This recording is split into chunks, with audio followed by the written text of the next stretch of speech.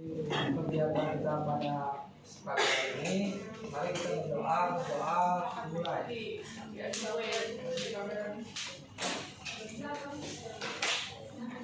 Selesai, amin amin ya Rabbal alamin. Puji syukur kehadirat Allah Subhanahu wa taala atas limpahan rahmat kekayaan-Nya sehingga kita masih bisa berkumpul di kelas G ini dengan keadaan sehat walafiat. Sebelumnya perkenalkan saya diamanahkan untuk menjadi moderator kelompok 11 dengan anggota yang pertama ada Adinda Ramadina dengan NPM 211305309, kemudian ada Dwi Raziza dengan NPM 21130530178. Sebelumnya kepada yang terhormat dosen pengampu Ibu Meli Astuti MPD dan para teman-teman sekalian diharapkan dapat menyimak dan berpartisipasi dalam presentasi hari ini. Untuk topik yang pertama ada latar belakang kurikulum 2013, kemudian ada landasan empiris K13, kemudian ada karakteristik kurikulum K13, kemudian implementasinya dalam pembelajaran SD, kemudian ada tahapan pelaksanaannya, kemudian ada bukti keberhasilan dari implementasi kurikulum K13. Untuk waktu saya persilakan kepada yang diinginkan. Terima kasih moderator atas kesempatannya. Ini saya akan menjelaskan materi mengenai pengertian kurikulum 2013. Ini teman-teman di sini udah nggak asing lagi sama namanya Kurtilas ya. Jadi Kurtilas sendiri merupakan perangkat pembelajaran yang digunakan sebagai pedoman untuk melaksanakan pembelajaran yang ada di sekolah guna mencapai tujuan pembelajaran itu sendiri. Kurikulum 2013 ini dapat memicu pengembangan kompetensi siswa ke arah yang lebih analisis dan tuntutan guru agar lebih kreatif dan inovatif. Di dalam pembelajaran, karena guru itu dianggap mampu semua hal yang dapat membantu siswa berkembang. Karakteristik dasar kurikulum 2013 adalah terletak pada pendekatan yang digunakan dalam pengembangan kurikulum tersebut. Kurikulum 2013 itu menekankan pendekatan saintifik yang dimana pada jenjang pendidikan dasar hingga menengah. Nah, selanjutnya yang melatar belakangi kurikulum 2013.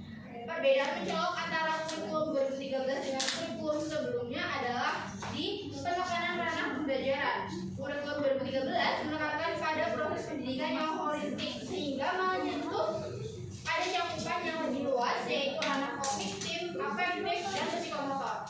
Pada kurikulum 2013 ini juga mengklasifikasikan dalam 4 kompetensi inti yaitu kompetensi sikap sosial, kompetensi spiritual, pengetahuan dan keterampilan. Dengan demikian, maka potensi siswa selain dari domain kognitif juga dapat terpantau dan dikembangkan. Salah satu aspek yang mengalami perkembangan dibandingkan kurikulum sebelumnya adalah penilaian.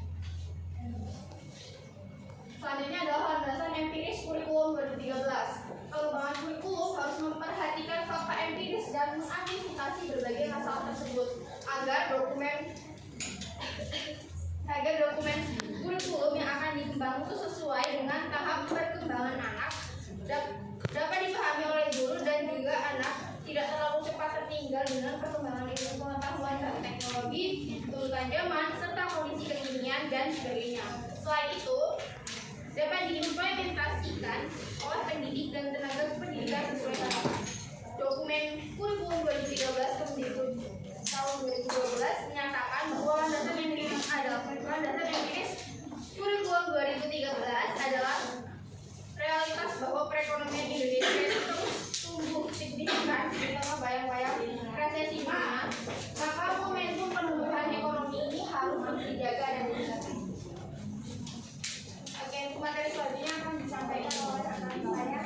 Baik, terima kasih Adinda atas penyampaian materinya. Selanjutnya materi akan saya lanjutkan.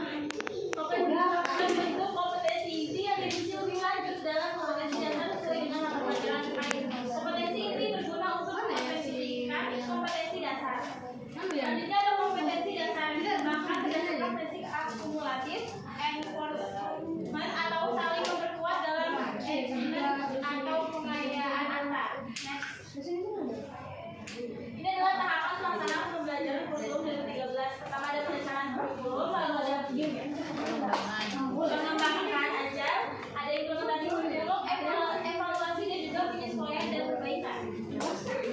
Selanjutnya implementasi kurikulum 2013 dalam pembelajaran SD. Dalam implementasi kurikulum 2013 ini menggunakan pendekatan pembelajaran tematik integratif dari kelas 1 sampai dengan kelas 6. Pembelajaran tematik integratif merupakan pendekatan pembelajaran yang mengintegrasikan berbagai kompetensi dari berbagai mata pelajaran ke dalam berbagai tema. Pengintegrasian tersebut dilakukan dalam dua hal, yaitu integrasi sikap, keterampilan dan juga pengetahuan dalam proses pembelajaran dan integrasi berbagai konsep dasar yang berkaitan. Dalam pembelajaran tematik integratif, tema yang dipilih berkenaan dengan alam dan kehidupan manusia. Selanjutnya adalah uji keberhasilan implementasi kurikulum 2013 di SD. Ada beberapa faktor penentu keberhasilan implementasi kurikulum 2013. Antara lain yaitu pertama adalah kesesuaian kompetensi pendidik dan tenaga pendidikan dengan kurikulum dan buku teks. Lalu yang kedua ketersediaan buku sebagai bahan ajar dan sumber belajar. Yang ketiga ada penguatan peran pemerintah dalam pembinaan dan pengawasan. Yang keempat penguatan manajemen dan budaya sekolah, dan yang terakhir komitmen otoritas pendidikan pemerintah daerah. Baik, itu tadi penyajian dari kelompok 11. Dari penyajiannya dapat kita simpulkan bahwa kurikulum 2013 merupakan perangkat pembelajaran yang digunakan sebagai pedoman untuk melaksanakan pembelajaran yang ada di sekolah guna mencapai tujuan pembelajaran itu sendiri. Kemudian karakteristik kurikulum 2013 itu menekankan pada suatu pendidikan humanistik sehingga menyentuh pada cakupan yang lebih luas dan ramah kognitif, afektif, dan psikomotor. Kemudian terdapat landasan empiris pada kurikulum 2013 ini, di mana landasan ini timbul dari berbagai perubahan yang telah terjadi di Indonesia. Hal ini seperti menunjukkan perubahan orientasi kurikulum dengan tidak membebani peserta didik dengan konten. Namun pada akhir kemampuan esensial yang diperlukan semua warga untuk berperan serta dalam membangun negara pada masa mendatang. Kurikulum juga memiliki 9 tahapan yang ketiganya saling berkaitan. Kemudian selain itu juga untuk mencapai keberhasilan implementasi kurikulum 2013 ada beberapa faktor yang harus mempengaruhi. Itu tadi penyampaian materi dari kelompok 11. Kemudian selanjutnya saya membuka pertanyaan dengan 2 termin yang masing-masing berisi 3 pertanyaan. Untuk termin yang pertama saya buka kepada teman-teman 3 orang penanya, dipersilakan.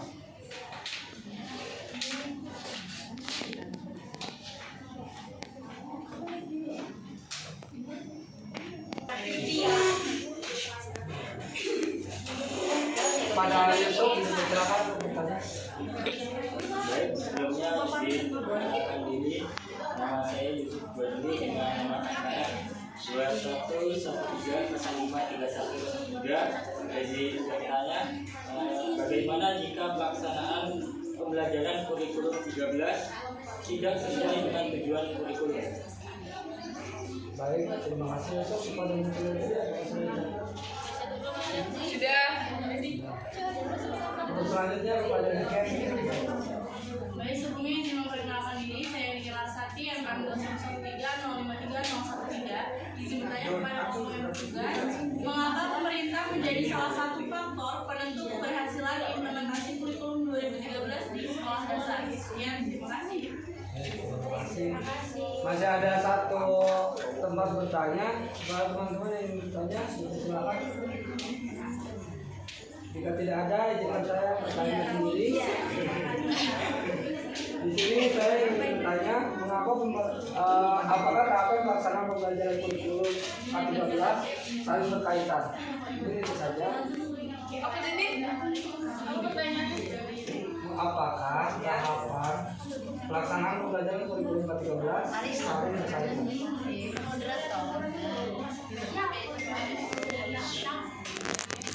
Baik, sudah ada 3 pertanyaan. Kami dari kelompok 11 izin meminta waktu sebentar untuk mendiskusikan jawabannya.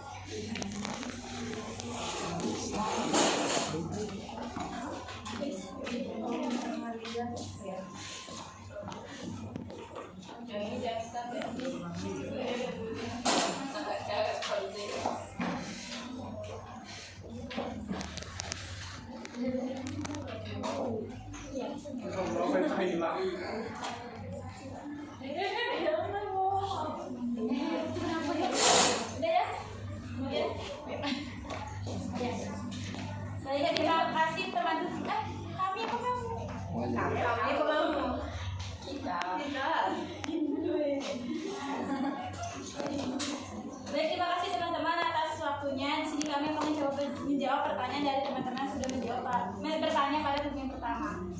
Tadi ada pertanyaan dari Yusuf Barui. Yusuf bertanya bagaimana jika pelaksanaan pembelajaran kurikulum tidak sesuai dengan tujuan kurikulum 2013. Jawabannya, jika pelaksanaan pembelajaran kurikulum 2013 tidak sesuai dengan tujuan yang telah ditetapkan, ini dapat menimbulkan beberapa dampak, yaitu berupa pertama, ada pencapaian tujuan tidak optimal. Di mana jika pelaksanaan kurikulum tidak sesuai dengan tujuan yang telah ditetapkan, siswa mungkin tidak dapat pemahaman atau keterampilan yang diharapkan. Lalu yang kedua adalah ketidakcocokan antara metode pengajaran dan tujuan kurikulum. Di mana jika metode pengajaran yang digunakan tidak sesuai dengan tujuan kurikulum, siswa mungkin tidak menerima pembelajaran yang efektif. Lalu yang ketiga, kurangnya pemahaman baru atau penerapan konsep.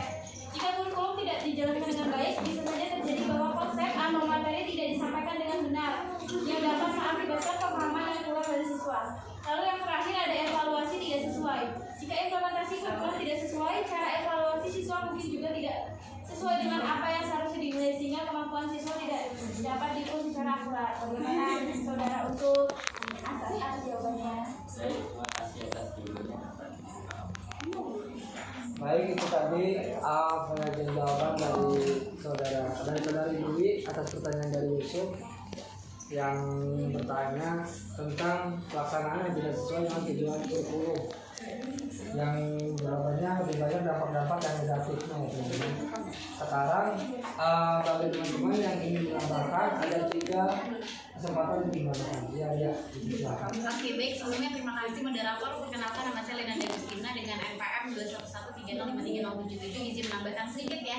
Tadi saya setuju terkait pelaksanaan pembelajaran K13 yang tidak sesuai dengan tujuan kurikulum. Bahwasanya nanti akan menimbulkan dampak-dampak yang negatif, dan ini benar bakal menimbulkan tantangan serta dampak yang negatif pada proses pembelajaran. Tadi sudah disampaikan oleh Dwi, bakalan ada beberapa masalah yang muncul ya dari pendidikan kalau misalnya pembelajaran itu nggak sesuai dengan tujuan dari kurikulum. Nah, salah satu tantangan dalam penerapan K13 itu adalah kalau misalnya nggak sesuai dengan tujuan kurikulum, itu kita tidak bisa memastikan bahwasanya peserta didik itu bisa berkembang sesuai dengan minat, kemudian bakat, potensi, dan juga kebutuhan kodratinya. Dan ini bisa memungkinkan tadi sudah disampaikan oleh Dwi, pembelajaran secara tidak optimal. Kemudian juga selain itu kalau penerapan K13 itu kan ada asesmen ya.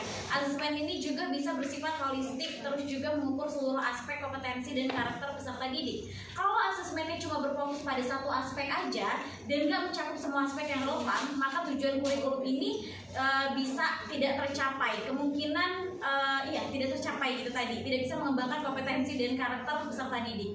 Nah, dalam menghadapi tantangan ini perlu adanya upaya gitu untuk mengolaborasi dari memecahkan masalah yang timbul, seperti misalnya ada hubungan guru dengan yang lain gitu, dengan pihak terkait. Itu perlu adanya kerjasama untuk memastikan kalau pelaksanaan pembelajaran ini sesuai dengan tujuan kurikulum yang berlaku saat itu. Mungkin itu saja, terima kasih. Baik, teman-teman.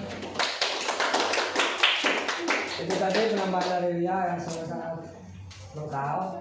Bagi teman-teman yang masih merasa kurang ingin menambahkan kembali, dipersilakan. Oke, tidak ada, maka kita lanjut ke pertanyaan kedua kepada Dinda, dipersilakan. Oke, baik, di sini saya akan menjawab pertanyaan dari saudara Aris. Tadi Aris bertanya, apakah tahap pelaksanaan pembelajaran kurikulum 2013 itu saling berkaitan? Sebelumnya di sini tadi kan sudah dipaparkan ya di PPT bahwasanya ada beberapa tahapan pelaksanaan kurikulum. Ada yang ingat nggak? Ada 5 tahapan. Yang pertama yaitu perencanaan kurikulum, yang kedua pengorganisasi pengembangan bahan ajar, terus yang ketiga implementasi kurikulum, yang keempat evaluasi, dan yang kelima itu penyesuaian dan juga perbaikan. Nah, jadi itu saja jawabannya. Tahap pelaksanaan pembelajaran kurikulum 2013 ini saling berkaitan karena pada setiap tahapan memberikan masukan bagi tahapan selanjutnya. Misalnya nih, di tahap evaluasi digunakan untuk menyempurnakan perencanaan dan pengembangan bahan ajar pada tahap berikutnya. Begitu pula dengan pengalaman dari implementasi yang diberikan, yang memberikan masukan untuk evaluasi dan perbaikan. Keterkaitan antara tahap-tahap ini adalah kunci dari kesinambungan dan keberhasilan dalam implementasi kurikulum 2013. Nah, upaya ini untuk terus memperbaiki kurikulum dan metode pengajaran berdasarkan hasil evaluasi adalah hal dari saya. Baik, terima kasih kepada Pak Muslilah. Kepada teman-teman yang ingin menambahkan dipersilakan.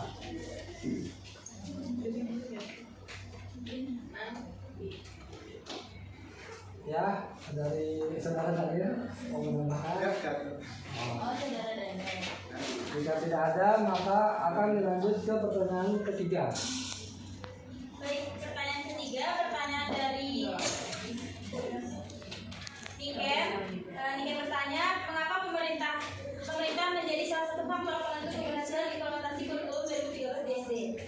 Baik, jawabannya, pemerintah memiliki peran yang sangat penting dalam keberhasilan implementasi kurikulum 2013 di SD karena mereka memiliki otoritas, sumber daya, dan kebijakan yang mempengaruhi sebagian besar aspek pendidikan.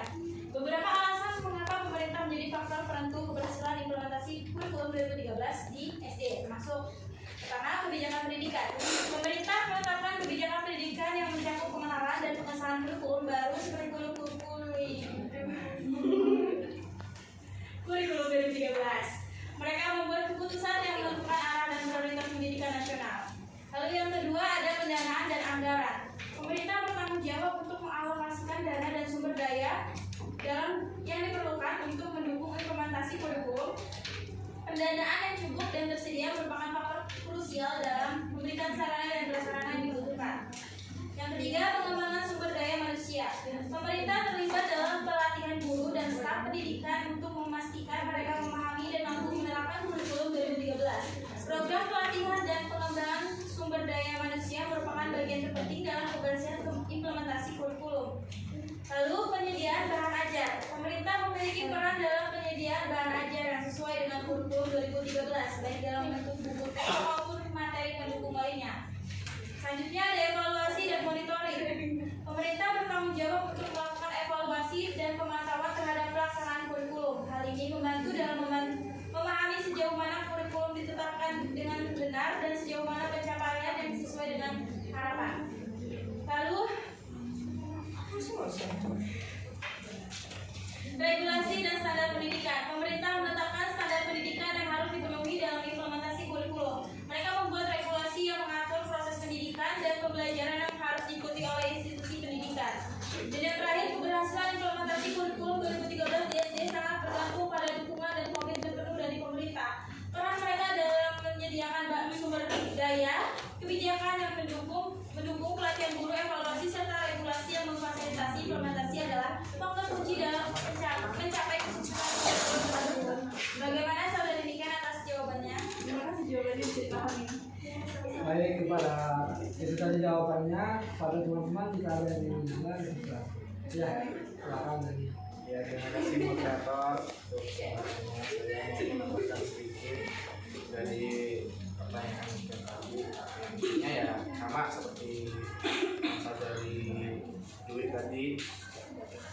Kalau pemerintah ya menjadi salah satu faktor penentu keberhasilan, itu karena peran pemerintah sangat penting dalam menyusun kebijakan pendidikan, menyediakan sumber daya, mengawasi pelaksanaan kurikulum, dan memastikan bahwa guru dan sekolah memiliki dukungan yang cukup. Terus dengan peran yang kuat dari pemerintah, implementasi kurikulum 2013 di SD memiliki potensi yang lebih besar untuk berhasil dan mencapai tujuan pendidikan yang ditetapkan. Sekian, terima kasih. Baik, terima kasih kepada Daniel. Boleh minta aplausnya untuk semua kita juga. Baik, tadi tambahan dari saudara Daniel. Kepada teman-teman yang ingin menambahkan kembali, itu silakan.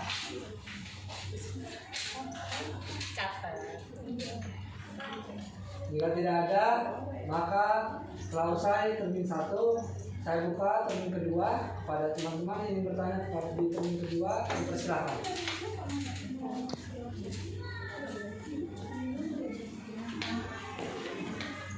Pada teman-teman yang ingin bertanya di termin kedua, dipersilakan.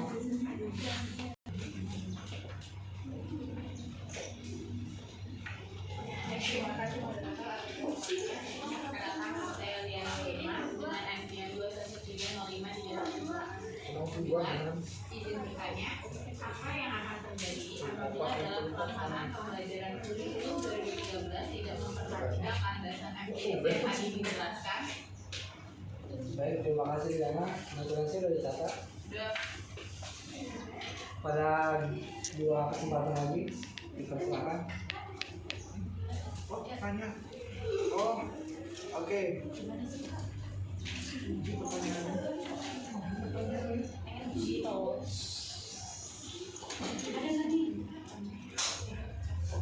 Saya ya kepada Daniel dipersilakan. Ya, apa saja kesulitan atau kendala yang dihadapi dalam mengimplementasikan kurikulum 2013 ke dalam pelaksanaan pembelajaran? Ya, baik, terima kasih Daniel. Pada satu orang lagi.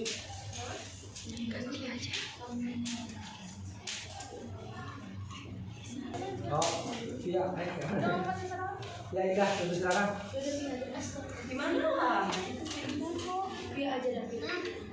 Untuk yang bertanya, silakan. Ya Ida, silakan. Baik, terima kasih izin bertanya kepada kelompok 11, apa yang akan terjadi jika kurikulum tidak relevan dengan kebutuhan dan karakteristik masyarakat? Terima kasih. Baik, terima kasih. Ya. Baik, dari kelompok 11 meminta waktu sebentar untuk mendiskusikan jawabannya.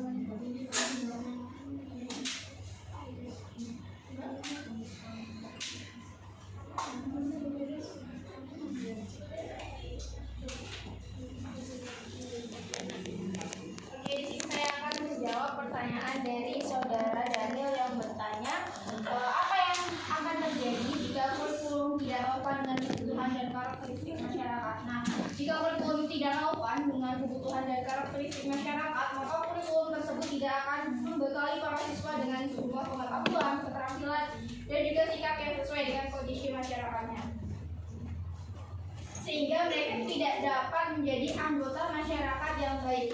Nah, di sini terdapat dua dimensi kondisi masyarakat yang harus benar-benar mendapatkan perhatian. Yang pertama adalah kondisi masyarakat saat ini, dan yang kedua adalah kondisi masyarakat di masa yang akan datang, di mana siswa akan menjadi bagian dari masyarakat tersebut. Terkait dengan kondisi masyarakat ini, tuntutan relevansi ini untuk menjamin bahwa kurikulum yang dipelajari siswa akan memberikan bekal kepada mereka untuk dapat hidup secara wajar dalam masyarakatnya. Siswa dapat beradaptasi dan berpartisipasi dalam lingkungan masyarakatnya. Sementara terkait dengan kondisi masyarakat yang akan datang, kurikulum diharapkan akan dapat memberikan kemampuan dasar untuk kemungkinan siswa dapat memasuki dunia nyata sebagai manusia, yang dimana dia harus berperan sebagai masyarakat dan juga sebagai anggota masyarakat secara mandiri, dan terutama mereka harus memasuki dunia kerja yang harus dilakukannya dengan baik. Mungkin itu saja jawaban dari saya. Baik, itu tadi untuk pertanyaan pertama dari Adinda yang menjawab. Kepada teman-teman yang ingin bertanya sebenarnya menambahkan, silakan. Ya.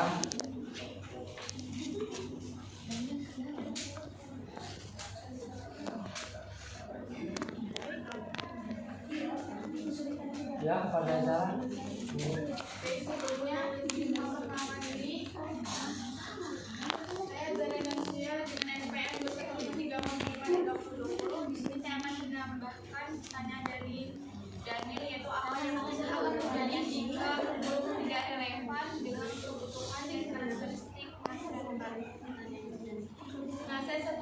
yang dikatakan oleh Dinda tadi, yaitu jika kurikulum tidak relevan dengan kebutuhan dan karakteristik masyarakat, maka kurikulum tersebut tidak akan membekali para siswa dengan sejumlah potensi intelektual, mental, emosional, dan fisik para siswa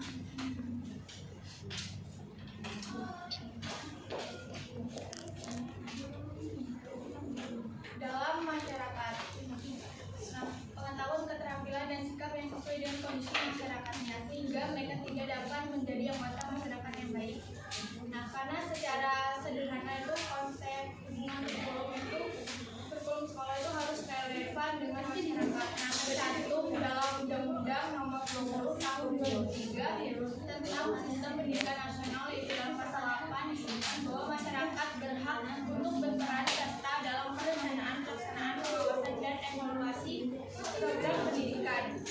Nah, kemudian dalam pasal 9 itu masyarakat berkewajiban memberikan dukungan sumber daya dalam penyelenggaraan pendidikan berdasarkan peraturan undang-undang di atas hubungan sekolah dengan masyarakat merupakan hubungan timbal balik yang sinergis. Baik, mungkin itu saja tambahan dari saya. Baik, terima kasih kepada Zahra. Masih ada dua kesempatan menambahkan. Pada teman-teman, silakan.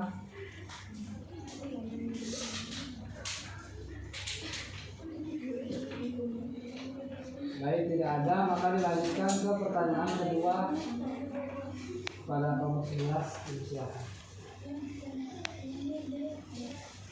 Baik, terima kasih moderator atas kesempatannya. Saya akan menjawab pertanyaan Melinda. Yang pertama, apa saja kesulitan atau kendala yang dihadapi dalam mengimplementasikan kurikulum 2013 ke dalam proses pembelajaran? Jawabannya, beberapa kendala yang dihadapi dalam implementasi kurikulum 2013 diantaranya yaitu guru belum siap dan sulit mengubah pola pikirnya. Penyiapan guru dilakukan melalui pelatihan yang telah diprogramkan pemerintah secara hierarki, mulai dari pemilihan instruktur nasional, guru inti, guru kelas, dan juga guru mata pelajaran. Selanjutnya dalam pelaksanaan, guru kelas maupun guru mata pelajaran tetap dalam pengawasan serta pendampingan. Akan tetapi selama proses penyiapan tersebut, pelatihan berlangsung searah dan lebih mengedepankan pemberian ceramah kepada guru yang menjadikan pelatihan berjalan tidak optimal. Dengan cara seperti itu, maksud untuk mengubah pola pikir guru dalam waktu yang lebih cepat. Lagi jika implementasi kurikulum dilaksanakan ketika guru belum siap, sehingga berpengaruh buruk terhadap proses belajar dan masa depan anak-anak. Ilmunya pedoman yang disiapkan menjadi pekerjaan rumah tersendiri bagi pemerintah. Pemerintah harus segera menyiapkan kekurangan tersebut. Masalah ketidaksesuaian buku juga harus segera ditindaklanjuti. Guru harus ikut aktif dalam menyaring substansi yang ada dalam buku, terutama yang diberikan kepada siswa, sehingga tidak ada kesalahpahaman siswa terhadap materi yang disampaikan. Bagaimana saudara Ida atas jawabannya? Baik, terima kasih. Baik, itu tadi jawaban dari pertanyaan dari Ida kepada teman-teman yang menambahkan. Ya, kepada Afia. Jadi terima kasih atas kesempatannya. Sebelumnya izin memperkenalkan diri, nama saya Vivia Febra Dikina dengan PM 211305350. Di sini saya ingin menambahkan sedikit terkait pertanyaan dari Ida, yakni kendala dalam mengimplementasikan kurikulum 2013. Tadi juga sudah dijawab oleh Dwi. Saya setuju dengan jawabannya. Jadi kendala dalam pelaksanaan kurikulum 2013 itu diantaranya identifikasi kebutuhan baik secara mikro maupun makro masih belum memadai, sehingga implementasi kurikulum seringkali tidak sesuai harapan. Kemudian pengembangan kemampuan di tingkat mikro seringkali dikacaukan dengan menciptakan tujuan pembelajaran, lalu memilih pengalaman belajar yang dirancang khusus, dan evaluasi yang seringkali masih bertentangan dengan tujuan pendidikan yang telah ditetapkan. Lalu ada lagi banyak pendidik yang secara keliru dan mempercayai bahwa kurikulum 2013 menghilangkan kebutuhan mereka untuk menjelaskan materi pelajaran kepada peserta didik di kelas. Padahal banyak mata pelajaran yang masih mengharuskan pendidik untuk melakukan hal tersebut. Kemudian banyak pendidik yang kurang memiliki kapasitas mental untuk menerapkan kurikulum 2013, misalnya kayak menerapkan metode media pembelajaran yang sesuai dengan kurikulum 2013. Lalu kurangnya pengetahuan guru terhadap ide pendekatan saintifik yang wajib diterapkan pada kurikulum 2013, yang pada nyatanya malah masih banyak yang menggunakan ceramah, padahal kan saintifik itu ada metodenya tersendiri. Kemudian kurangnya keahlian guru dalam membuat RPP yang mencakup pelaksanaan kurikulum 2013 serta pendidik yang masih belum terlalu menguasai penilaian autentik atau evaluasi pembelajaran yang digunakan pada evaluasi kurikulum 2013 yang mencakup KI, KD, terus juga ada buku peserta didik dan buku instruktur. Nah, sebaliknya banyak dari mereka yang hanya menjiplak dalam hal tersebut. Baik, cukup sekian pendapat dari saya. Saya kembalikan kepada moderator. Terima kasih. Baik, terima kasih kepada Tia. Masih ada 2 kesempatan untuk menambahkan kepada teman-teman yang ingin menambahkan, dipersilahkan.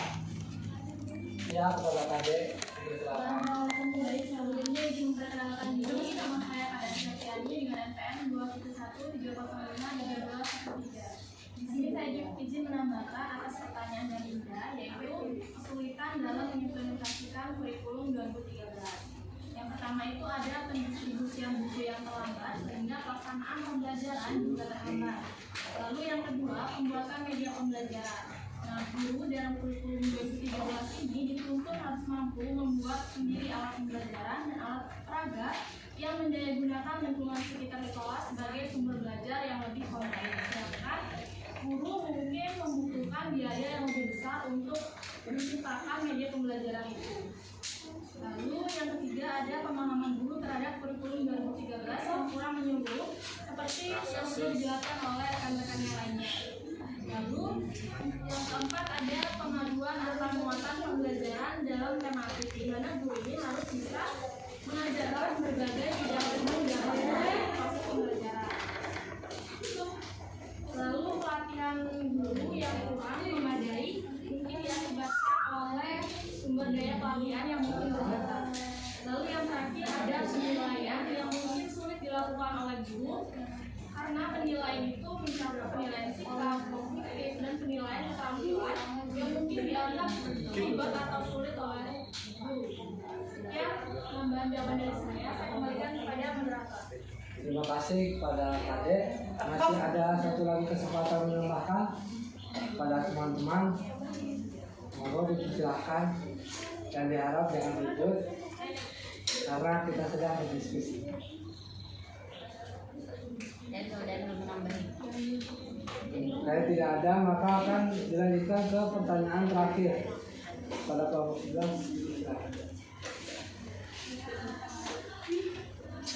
Oke, baik, di sini saya akan menjawab pertanyaan dari Liana yang tadi bertanya apa yang akan terjadi dalam pengembangan kurikulum jika tidak memperhatikan landasan empiris. Nah, jawabannya adalah landasan pengembangan kurikulum tidak hanya diperlukan bagi para penyusun kurikulum atau makro atau kurikulum tertulis yang sering disebut juga sebagai kurikulum ideal, tetapi juga harus dipahami dan dijadikan dasar pertimbangan oleh pelaksana kurikulum mikro, yaitu para pengawasan pendidik dan para guru serta pihak-pihak lainnya yang terkait dengan tugas-tugas pengelolaan pendidikan sebagai bahan untuk dijadikan instrumen dalam melakukan pembinaan terhadap implementasi kurikulum di setiap jenis dan jenjang pendidikan. Dengan posisinya yang penting tersebut, maka penyusunan dan pengembangan kurikulum ini tidak bisa dilakukan secara sembarangan, tapi harus dilakukan harus didasarkan pada berbagai pertimbangan ataupun landasan agar dapat dijadikan sebagai pijakan dalam penyelenggaraan proses pendidikan, sehingga dapat memfasilitasi tercapainya tujuan pendidikan dan pembelajaran secara efisien dan juga efektif. Landasan pengembangan kurikulum memiliki peran yang sangat penting. Apabila kurikulum ini tidak memiliki dasar pijakan yang kuat, maka kurikulum tersebut akan mudah terombang-ambingkan dan juga akan dipertaruhkan, dan juga yang akan dipertaruhkan adalah peserta didik yang dihasilkan atau pendidik itu sendiri. Mungkin itu saja jawaban dari saya. Baik, itu tadi jawaban dari kelompok 11 untuk pertanyaan dari Liana. Pada teman-teman yang ingin menambahkan, dipersilakan. Tidak ada? Tidak ada lagi yang ingin menambahkan? Cukup. Oke, sekian presentasi dari kelompok 11. Kami mohon maaf apabila ada salah kata atau kekurangannya dari presentasi kami. Kemudian jazakallahu khairan katsir atas teman-teman yang telah menyimak, dan kepada Lisa yang telah merekam pada presentasi yang bersemangat. Saya tutup. Wabillahi taufiq wal hidayah. Wassalamualaikum warahmatullahi wabarakatuh.